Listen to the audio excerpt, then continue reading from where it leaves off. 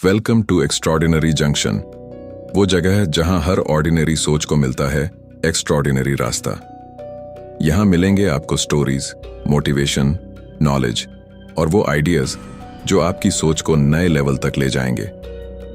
क्योंकि एक्स्ट्रॉर्डिनरी बनने के लिए एक्स्ट्रॉर्डिनरी जन्म नहीं चाहिए सिर्फ एक्स्ट्रॉर्डिनरी सोच। So get ready to explore inspiration, knowledge और एंटरटेनमेंट, सब कुछ एक्स्ट्रॉर्डिनरी, सिर्फ यहाँ एक्स्ट्रॉर्डिनरी जंक्शन पर। नमस्कार। आज हम जिन स्रोतों पर बात कर रहे हैं वो असाधारण सोच, उसे विकसित करने के इर्द गिर्द घूमते हैं, खासकर सफलता के वो 12 सिद्धांत। और ये विचार देखा जाए तो काफी हद तक क्लासिक किताब थिंक एंड ग्रो रिच से प्रेरित लगते हैं। हाँ बिल्कुल, ये कनेक्शन तो साफ दिखता है। तो मूल बात सिर्फ पैसा कमाना नहीं है, नहीं बिल्कुल नहीं, बल्कि एक खास किस्म की मानसिकता, एक नजरिया, एक माइंडसेट बनाने की है। मतलब एक ऐसा ढांचा जिसने अनगिनत लोगों को साधारण से असाधारण बनने की दिशा दिखाई है। सही कहा। स्रोत का दावा है कि भाई साधारण सोच वाले लोग दुनिया में जीते हैं, पर असाधारण सोच वाले वो दुनिया को बदलते हैं। हाँ, ये एक बड़ा दावा है, पर इसमें दम है। तो आज हमारी कोशिश रहेगी इन 12 सिद्धांतों की तह तक जाने की, समझने की कि ये असाधारण सोच आखिर जगती कैसे है। चलिए खोलते हैं इसे परत दर परत। और ये समझना बहुत अहम है कि मानसिकता यानी माइंडसेट, इसका असाधारण नतीजों में कितना बड़ा हाथ होता है। देखिए, थिंक एंड ग्रो रिच जैसे विचारों का असर इसीलिए तो टिकाऊ रहा है क्योंकि ये इंसान की अंदरूनी क्षमता है ना, उसकी संभावनाओं के बिल्कुल मूल को छूते हैं। ये सिर्फ सिद्धांत नहीं है, आप कह सकते हैं कि ये मानसिकता बदलने के व्यवहारिक उपकरण हैं, टूल्स हैं। सही। तो पहला सिद्धांत जिस पर स्रोत इतना जोर देता है वो है डिजायर, यानी इच्छा की शक्ति। एक जलती हुई तीव्र इच्छा। हाँ, जलती हुई, ये शब्द महत्वपूर्ण है। कहा गया है कि किसी भी बड़ी उपलब्धि की शुरुआत एक ऐसी इच्छा से होती है जो बुझने का नाम ही न ले। मतलब इसके बिना कुछ भी असाधारण मुमकिन नहीं है। बिल्कुल। थॉमस एडिसन का जिक्र आता है। वो बल्ब बनाने की कोशिश में हजारों बार नाकाम हुए, पर उनकी इच्छा वो इतनी धधक रही थी कि उन्होंने हार नहीं मानी। सही, वो जुनून था। तो यहाँ असाधारण सीख शायद ये है, सिर्फ चाहना काफी नहीं है ना? असाधारण बनने के लिए एक ऐसा जुनून चाहिए जो आपकी रातों की नींद उड़ा दे। सोचने वाली बात है, क्या किसी लक्ष्य के लिए ऐसी तड़प, ऐसी बेचैनी महसूस होती है? ये जलती हुई इच्छा वाली बात बहुत गहरी है। ये महज एक ख्वाहिश नहीं है, ये वो अंदरूनी आग है, वो ड्राइव है जो नाकामियों और मुश्किलों के थपेड़ों के बावजूद आपको आगे मतलब बढ़ने की ताकत देती है। ये आपके इरादे का ईंधन है, फ्यूल। बिना इस जुनून के ज्यादातर कोशिशें आप देखेंगे पहली बड़ी बाधा पर ही दम तोड़ देती हैं। सही कहा। अच्छा, तो इस जलती हुई इच्छा को ईंधन देने के लिए दूसरा सिद्धांत आता है, फेथ, यानी विश्वास, खुद पर और अपने लक्ष्य पर अटूट भरोसा। हाँ, इच्छा के साथ ये जरूरी है। स्रोत कहता है कि इच्छा तभी साकार होती है जब उसके साथ वो अटूट विश्वास जुड़ा हो। और इसे मजबूत करने के लिए पॉजिटिव सेल्फ टॉक, यानी अपने आप से सकारात्मक बातें करना, और कल्पना की शक्ति, इमेजिनेशन, इसका इस्तेमाल करने की सलाह दी गई है। बिल्कुल। महात्मा गांधी का उदाहरण दिया गया है। उन्होंने बिना हथियारों के सिर्फ सत्य और अपने अटूट विश्वास के दम पर एक साम्राज्य को चुनौती दी। हाँ, विश्वास की ताकत। तो क्या असाधारण सीख ये है, संदेह, शक ये साधारण सोच की निशानी है, जबकि अटूट विश्वास असाधारण बनने का पहला कदम है। पर एक सवाल उठता है यहाँ, ये विश्वास कहीं अंधविश्वास तो नहीं बन जाता? ये फर्क कैसे करें? बहुत अच्छा सवाल है ये। देखिए, यहाँ अटूट विश्वास का मतलब आंख बंद करके मान लेना नहीं है। इसका मतलब है आत्मसंदेह, वो सेल्फ डाउट जो अक्सर हमारे प्रयासों को रोकता है, उसे पार करना। अच्छा। जब आप अपने लक्ष्य की संभावना पर गहरा यकीन रखते हैं तो आप उन रास्तों और समाधानों को देख पाते हैं जो शक करने वाले को कभी नजर ही नहीं आते। ये अपनी क्षमताओं पर भरोसा है। हाँ, और इसे तैयारी और समझ से मजबूत किया जाता है। ये सिर्फ हवाई बात नहीं है। समझ गया। तो विश्वास को और पुख्ता करने के लिए तीसरा सिद्धांत है ऑटो सजेशन, यानी स्व सुझाव। अपने मन को लगातार सकारात्मक विचारों से भरना। ये एक तकनीक है। एक तकनीक जिसके जरिए हम बार बार अपने लक्ष्यों और सकारात्मक विश्वासों को दोहराकर अपने सबकॉन्शियस माइंड मतलब अवचेतन मन तक पहुंचाते हैं। बिल्कुल, रीप्रोग्रामिंग। स्रोत रोजाना इन एफर्मेशंस को, इन सकारात्मक कथनों को दोहराने की बात करता है। मोहम्मद अली का वो मशहूर कथन आई एम द ग्रेटेस्ट क्या पावरफुल उदाहरण है। वो ये सिर्फ कहते नहीं थे, वो उसे जीते थे, महसूस करते थे। हाँ बिल्कुल। तो इसकी असाधारण सीख शायद ये होगी, आपका अवचेतन मन वो एक उपजाऊ जमीन की तरह है। आप जो बीज लगातार बोएंगे वही फसल काटेंगे, है ना? एकदम सही। ये एक तरह की मानसिक रीप्रोग्रामिंग ही है। बार बार दोहराए गए विचार या सुझाव वो धीरे धीरे हमारे अवचेतन में अपनी जड़ें जमा लेते हैं। और चूंकि हमारा अवचेतन हमारी आदतों, हमारी भावनाओं और हमारे अनजाने व्यवहार को नियंत्रित करता है, तो ये स्व सुझाव आखिरकार हमारे कामों और नतीजों को बदलने लगते हैं। ये थोड़ा धीमा प्रोसेस हो सकता है, लेकिन इसका असर बहुत गहरा होता है। अच्छा, अब इच्छा भी है, विश्वास भी है और मन को प्रोग्राम भी कर रहे हैं, लेकिन आगे क्या? चौथा सिद्धांत है स्पेशलाइज्ड नॉलेज, यानी विशेष ज्ञान, सही क्षेत्र में गहरी पकड़। हाँ, ये बहुत जरूरी है। स्रोत का मानना है कि सिर्फ सामान्य जानकारी, जनरल नॉलेज, वो काफी नहीं है। असाधारण तरक्की के लिए किसी खास क्षेत्र में विशेष ज्ञान और महारत, एक्सपर्टीज, वो हासिल करना जरूरी है। बिल्कुल। बिल गेट्स का उदाहरण दिया गया है। उन्होंने अपना पूरा ध्यान कंप्यूटर और सॉफ्टवेयर के विशेष ज्ञान पर लगाया। सही, फोकस। तो असाधारण सीख ये हो सकती है, ज्ञान तो बहुत है दुनिया में, पर असाधारण लोग सही ज्ञान चुनते हैं और उसमें डूब जाते हैं। हाँ, यहाँ फर्क समझना जरूरी है। सामान्य ज्ञान आपको दुनिया की एक ऊपरी समझ देता है, जो अच्छी बात है, बुरी नहीं। लेकिन विशेष ज्ञान आपको किसी एक क्षेत्र में गहराई देता है, विशेषज्ञता देता है, अथॉरिटी देता है। यही विशेषज्ञता आपको भीड़ से अलग करती है और आपको उस क्षेत्र में कुछ सार्थक योगदान करने या असाधारण परिणाम हासिल करने लायक बनाती है। ये वो jack of all trades master of none वाली कहावत की बिल्कुल उलट है। आपको मास्टर ऑफ वन बनना है। सही। और इस विशेष ज्ञान को नए तरीकों से इस्तेमाल करने के लिए आता है पांचवा सिद्धांत, इमेजिनेशन, यानी कल्पना, असंभव को संभव बनाने की सोच। हाँ, कल्पना शक्ति। स्रोत दो तरह की कल्पना की बात करता है। एक है क्रिएटिव इमेजिनेशन, रचनात्मक कल्पना, जो बिल्कुल नए मौलिक विचार लाती है। अच्छा। दूसरी है सिंथेटिक इमेजिनेशन, यानी सिंथेटिक कल्पना। ये पुराने विचारों, अवधारणाओं या तथ्यों को नए संयोजन में ढालकर कुछ नया बनाती है। मतलब एग्जिस्टिंग चीजों को जोड़कर। हाँ, जैसे राइट बंधुओं का उदाहरण है। हाँ। उन्होंने पहले उड़ने की कल्पना की, फिर उस कल्पना को हकीकत का पंख लगाया। यहाँ असाधारण सीख लगती है। दुनिया वो लोग बदलते हैं जो वो देख सकते हैं, जो अभी मौजूद नहीं है। अपनी कल्पना को सीमाओं में मत बांधिए। कल्पना को अक्सर लोग मतलब बस दिन में सपने देखना समझ लेते हैं, पर ये उससे कहीं ज्यादा शक्तिशाली चीज है। सही। ये समस्याओं का सुलझाने, नए अवसर तलाशने और नवाचार, इनोवेशन की जननी है। हर बड़ी खोज, हर आविष्कार पहले किसी के दिमाग में कल्पना ही तो था। असाधारण सोच वाले अपनी कल्पना का इस्तेमाल एक टूल की तरह करते हैं। बिल्कुल। कल्पना कर ली, ज्ञान भी है, पर उसे हकीकत कैसे बनाए? छठा सिद्धांत यही काम आता है। ऑर्गेनाइज्ड प्लानिंग, यानी संगठित योजना, हर कदम साफ और तय हो। हाँ, एक्शन प्लान। सिर्फ इच्छा, विश्वास या कल्पना से काम नहीं चलता। लक्ष्य तक पहुंचने के लिए एक ठोस, व्यावहारिक कार्य योजना, एक्शन प्लान चाहिए। बिल्कुल चाहिए। स्रोत एलन मस्क का उदाहरण देता है। उनके टेस्ला और स्पेसएक्स जैसे बड़े लक्ष्यों के पीछे आप देखें तो बेहद विस्तृत और चरणबद्ध योजनाएं हैं। हाँ, उनका एग्जीक्यूशन कमाल का। तो यहाँ असाधारण सीख ये है, बड़े सपनों को छोटे मैनेजेबल कदमों में तोड़ें और हर कदम के लिए समय सीमा, डेडलाइन तय करें। बिना योजना के इच्छा बस एक अधूरी ख्वाहिश रह जाती है। योजना बनाना, आप कह सकते हैं, इच्छा और हकीकत के बीच का पुल है, ब्रिज है। हाँ। ये आपके विचारों को एक दिशा देता है, प्राथमिकताएं तय करने में मदद करता है और सबसे जरूरी, आपको जवाबदेह बनाता है, अकाउंटेबल। सही। एक अच्छी योजना बताती है कि क्या करना है, कब करना है और कैसे करना है।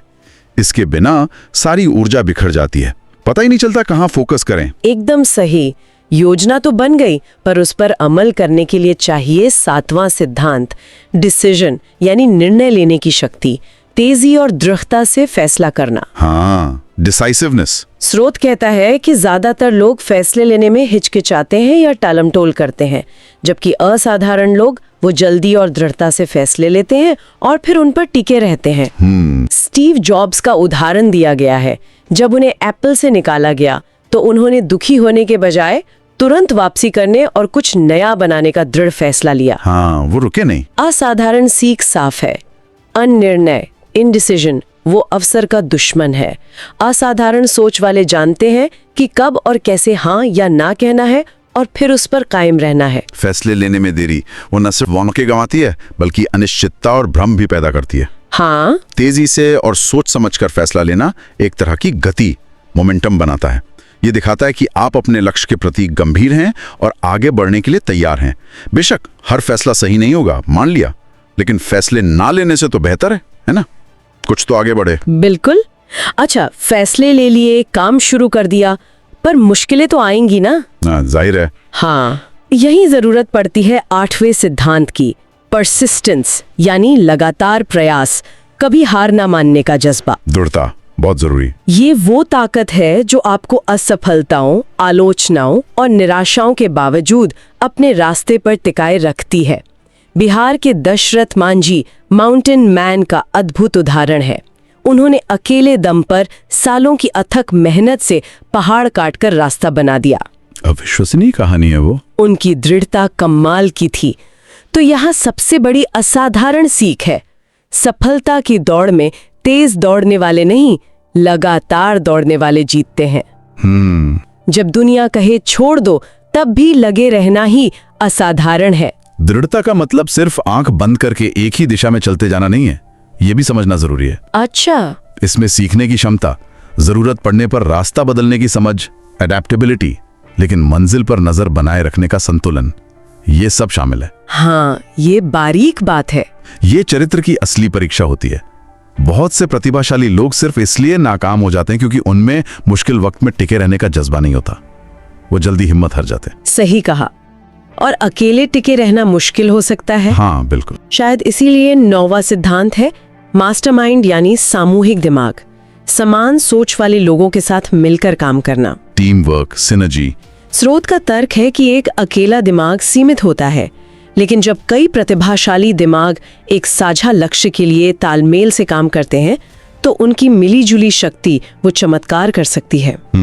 हेनरी फोर्ड के बारे में कहा जाता है कि वे अपनी सफलता का बड़ा श्रेय अपने मास्टरमाइंड ग्रुप को देते थे, जिनसे वह नियमित सलाह मशवरा करते थे। हाँ, उन्होंने इसका जिक्र किया है। यहाँ असाधारण सीख है। आप अकेले जीनियस हो सकते हैं, पर एक टीम मिलकर इतिहास रच सकती है। ऐसे लोगों से जुड़े जो आपको चुनौती दें और प्रेरित करें। ये तालमेल यानी सिनर्जी का सिद्धांत है। वो कहते हैं ना 1+1=3 वाली बात। हाँ, जब अलग अलग अनुभव, कौशल और नजरिए एक सकारात्मक माहौल में मिलते हैं तो ऐसे नए विचार और समाधान जन्म लेते हैं जो शायद अकेले किसी के दिमाग में ना आते। एक अच्छा मास्टरमाइंड समूह ना सिर्फ ज्ञान और विचारों का स्रोत होता है, बल्कि वो आपको इमोशनल सपोर्ट और प्रेरणा भी देता है। बिल्कुल। अच्छा, ये सारे सिद्धांत इच्छा, विश्वास, योजना, दृढ़ता, टीम वर्क, ये कहीं ना कहीं हमारे मन से जुड़े हैं। हाँ, बिल्कुल, माइंड का खेल है। 10वां सिद्धांत इसी पर केंद्रित है। सबकॉन्शियस माइंड यानी अवचेतन मन, हमारी अदृश्य शक्ति का इस्तेमाल। भीतर की शक्ति। स्रोत के अनुसार हमारा अवचेतन मन हमारी आदतों, विश्वासों और अनकहे व्यवहार का ड्राइवर है।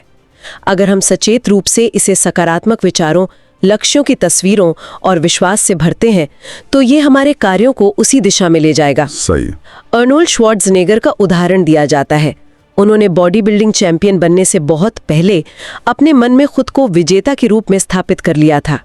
वो विजुअलाइज करते थे। हाँ, विजुअलाइजेशन की शक्ति। तो असाधारण सीख है, आपकी बाहरी दुनिया आपके अंदरूनी दुनिया का प्रतिबिंब है। अपने अवचेतन मन को सफलता के लिए प्रोग्राम करें और वो हकीकत को आकार देने में मदद करेगा। अवचेतन मन वाकई एक शक्तिशाली सहयोगी या विरोधी भी हो सकता है। ये हमारी गहरी मान्यताओं को, बिलीफ्स को पकड़ के रखता है। अच्छी बात यह कि ये प्रोग्रामेबल है, इसे बदला जा सकता है। अच्छा। स्व सुझाव, ऑटो सजेशन, कल्पना, इमेजिनेशन और लगातार सकारात्मक पुष्टि, एफर्मेशंस जैसी तकनीकें ये सीधे अवचेतन को प्रभावित करने के तरीके हैं। इनसे हमारी सोच और व्यवहार धीरे धीरे बदल सकते हैं। समझ गया। अवचेतन मन के साथ ही 11वां सिद्धांत जुड़ा है, द ब्रेन यानी मस्तिष्क, विचारों का प्रसारण और प्राप्ति केंद्र। थोड़ा गूढ़ लगता है ये। हाँ, स्रोत मस्तिष्क की तुलना एक रेडियो स्टेशन से करता है जो विचार तरंगों को भेजता भी है और ग्रहण भी करता है। यह विचार ये कि सकारात्मक शक्तिशाली विचार सही कंपन या वाइब्रेशन पैदा करते हैं जो समान अवसरों और विचारों को आकर्षित करते हैं। आकर्षण का नियम जैसा कुछ। हाँ, कुछ वैसा ही। निकोला टेस्ला का भी जिक्र है जो मानते थे कि दिमाग ब्रह्मांडीय ज्ञान को ग्रहण कर सकता है। इसकी असाधारण सीख शायद थोड़ी गूढ़ लगे।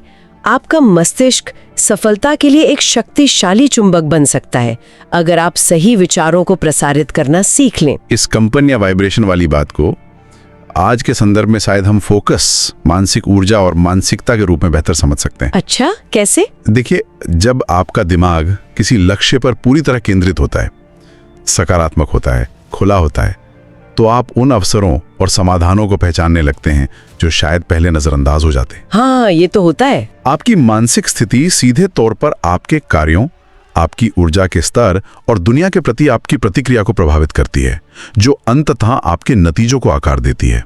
तो ये आकर्षण के नियम से ज्यादा मनोविज्ञान और फोकस का खेल है मेरे हिसाब से। ये बेहतर व्याख्या है। अच्छा, और जब ये सारे सिद्धांत इच्छा से लेकर मस्तिष्क की शक्ति तक एक साथ काम करने लगते हैं, तब विकसित होता है 12वां और अंतिम सिद्धांत, द सिक्स्थ सेंस यानी छठी इंद्रिय, अंतरात्मा की आवाज या अंतर्ज्ञान, इंट्यूइशन। हाँ, गट फीलिंग। Gut feeling. स्रोत इसे तर्क और इंद्रियों से परे ज्ञान प्राप्त करने की क्षमता मानता है। ये कोई रहस्यमयी शक्ति नहीं, बल्कि पहले के 11 सिद्धांतों में महारत हासिल करने का नतीजा है। मतलब ये अपने आप विकसित होती है। हाँ, ऐसा कहा गया है। अल्बर्ट आइंस्टाइन ने भी कहा था कि ज्ञान से ज्यादा जरूरी कल्पना और अंतर्ज्ञान है। ये अंतरात्मा आपका मार्गदर्शन करने लगती है। इस अंदरूनी आवाज पर भरोसा करना सीखें। अंतर्ज्ञान या गट फीलिंग, ये अक्सर तब उभरती है जब हमारा अवचेतन मन हमारे अनुभव, ज्ञान और पैटर्न की पहचान को बहुत तेजी से प्रोसेस करता है, जो सचेत दिमाग नहीं कर पाता। अच्छा। ये सालों के अनुभव, गहरी समझ और इन सिद्धांतों के अभ्यास का निचोड़ हो सकता है, एक तरह का डिस्टिल्ड विजडम। इसे विकसित करने का मतलब है अपने अवचेतन के संकेतों के प्रति अधिक संवेदनशील बनना और कभी-कभी हाँ, तर्क से परे जाकर उस अंदरूनी समझ पर भरोसा करना। तो इन 12 सिद्धांतों को अगर हम समग्र रूप से देखें तो ये अलग अलग टुकड़े नहीं लगते हैं ना। ऐसा लगता है जैसे ये एक दूसरे से जुड़े हुए हैं, एक पूरी प्रणाली बनाते हैं। बिल्कुल सही कहा आपने। ये एक इंटरकनेक्टेड सिस्टम है, एक दूसरे पर निर्भर है। इच्छा बिना विश्वास के अधूरी है। विश्वास को स्व सुझाव से सींचना पड़ता है, फिर उस विश्वास को दिशा देने के लिए विशेष ज्ञान और संगठित योजना चाहिए। हाँ, योजना पर अमल करने के लिए निर्णय लेने की हिम्मत और लगातार प्रयास यानी दृढ़ता वो अनिवार्य है।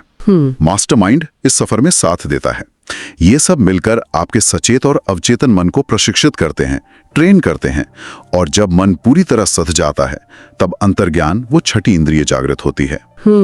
सार यही है, असाधारण नतीजे पाने के लिए अपनी सोच और मन को सचेत रूप से ढालना होगा, कॉन्शियसली प्रोग्राम करना होगा।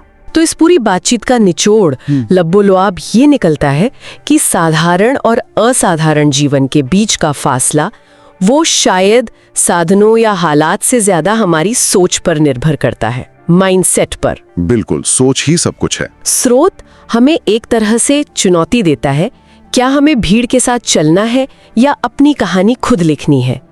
ये सिद्धांत उस असाधारण सोच को जगाने और उसे कर्म में बदलने का एक नक्शा, एक रोड मैप पेश करते हैं। हाँ, एक फ्रेमवर्क देते हैं और अंत में एक सवाल जो शायद सुनने वालों को सोचने पर मजबूर करे। जरूर। इन 12 शक्तिशाली सिद्धांतों में से वो कौन सा एक सिद्धांत है जिसे आज अभी से अपनी रोजमर्रा की जिंदगी में उतारने की कोशिश शुरू की जा सकती है? क्योंकि सिर्फ जानना काफी नहीं है ना, ज्ञान को अमल में लाना, उसे आदत बनाना, वही असली बदलाव लाता है। बिल्कुल सही, सोचने वाली बात है। आज से ही कौन सा एक कदम उठाया जा सकता है।